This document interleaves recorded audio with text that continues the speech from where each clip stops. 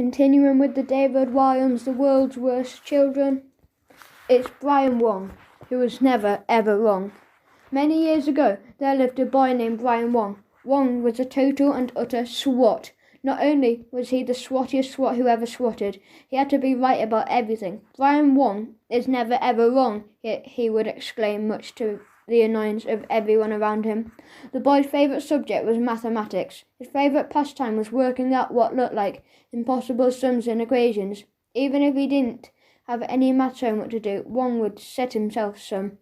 These he did with ease. All Wong's evenings, weekends and holidays would be spent working out hundreds of answers to incredibly complicated equations that would leave even his cleverest teachers scratching their heads. As a result, all of this maths, and yet more maths. Brian rarely saw daylight and was rather pale child, and working at equations until long into the night had weakened his eyesight. So he wore wire-framed glasses with lenses so thick that they magnified his eyes to the size of tennis balls. So, as you can see, Wong prided himself on being a mathematical genius and cleverer than everyone around him. Every single answer Wong would get right. Despite this, what the boy most feared was the thought that one day he might be proven wrong. This is the story of that day. It was Monday morning and Brian was at school in his favourite lesson, maths. As he stood at the front of the classroom, the maths teacher, Mr. Shrewdly, addressed his pupils. One thing you must always remember, boys and girls, is that numbers are infinite. What does infinite mean, sir? Asked a girl at the back. Brian Wong, who was sitting right at the front in the class, tuttered loudly. Tut, tut, tut, tut, tut. The boy tuttered. Anyone he considered not as clever as him, which was everyone.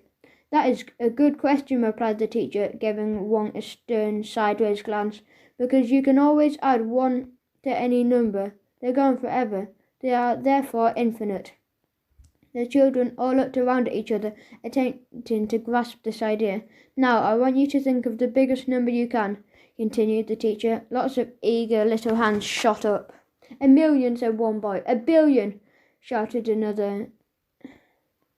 1,000,000,000,000, called out Kenneth Chan. 1,000,000,000, 1,000,000,000,000,000, trillion, announced Francis Francois behind him. In a triumphant tone, surely no one could think of a bigger number than that. The teacher was most amused by his pupils' effort. Ha ha, very good, children, very good. But can anyone top 1,000,000,000,000,000, trillion? Wong thought for a moment. 1,000,000,000,000,000, trillion and one. Good answer, Wong, announced Mr. Shrewdly, as the class groaned in annoyance. The swat had struck again. Now, can anyone top 1,000,000,000,000, trillion and one? I can, replied Brian. 1,000,000,000,000, trillion and two. 1,000,000,000,000,000, trillion and indeed. And two, indeed. Now can anyone top that? Asked the teacher. I can, replied Wong. 1,000,000,000,000, trillion and three. Yes, well done. Thank you, Wong. So moving on, the point I am trying to make is 1,000,000,000,000, trillion and four. Yes, that's quite enough, Wong. The normally mild-mannered teacher was becoming irritated. 1,000,000,000,000, trillion and... Please be quiet, Wong, shouted Mr. Shrewdly. Silence descended on the classroom. Thank you. The teacher was shocked by his own outburst, but quickly gathered his thoughts. As I was about to say, this shows you that numbers are endless because you can always add one. Therefore, try as you might, you can never, ever count to infinity. Not even you, Brian Wong. There was a pause for a moment as the class took this in. Wong looked at the teacher, his goggly glasses and glaring his eyes to the size of symbols. The boy blinked and announced, I can. All the other children in the class laughed. Ha ha! Ha! Settle down, please, Mr. Shrewdly tried to quieten them before turning back to Brian. This may be the first time in your life you've heard this, but you are wrong, Wong. Brian Wong is never ever wrong, replied the boy with great certainty.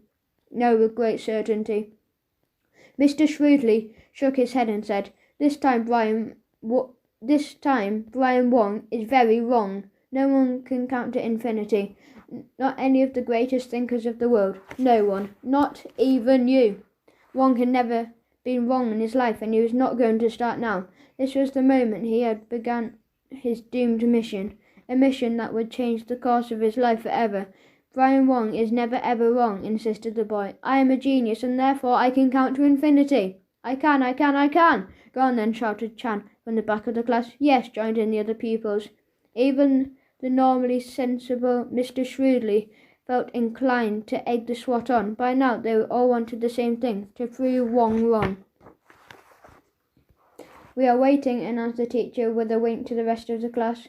Wong briefly cleared his throat and began. 1, 2, 3, 4, 5, 6. There were gales of laughter from the other children in the class.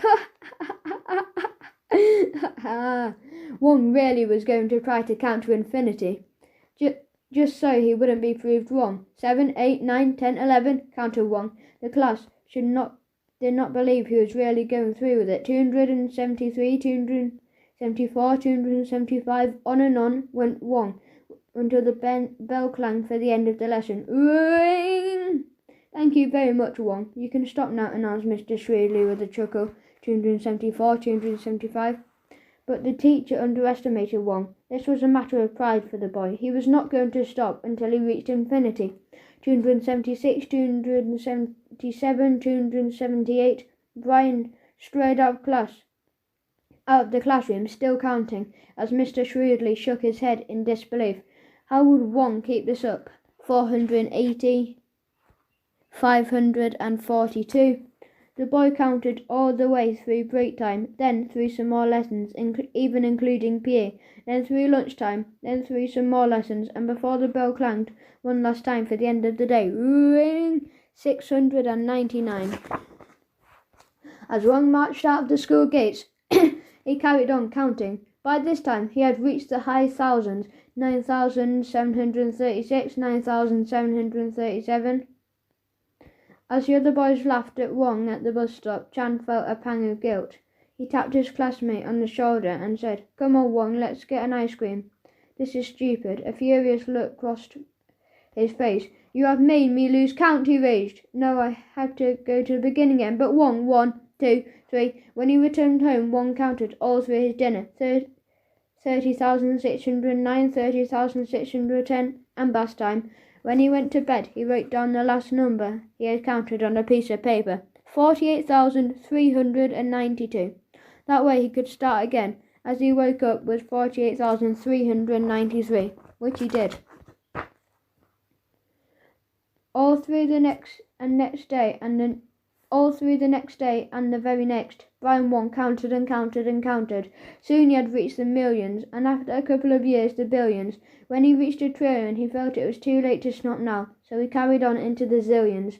2,603, 1,090. People from surrounding villages and towns would often come to watch Wong's never-ending task. They called him Counting Boy, but in time they had to change that to Counting Man as he grew older.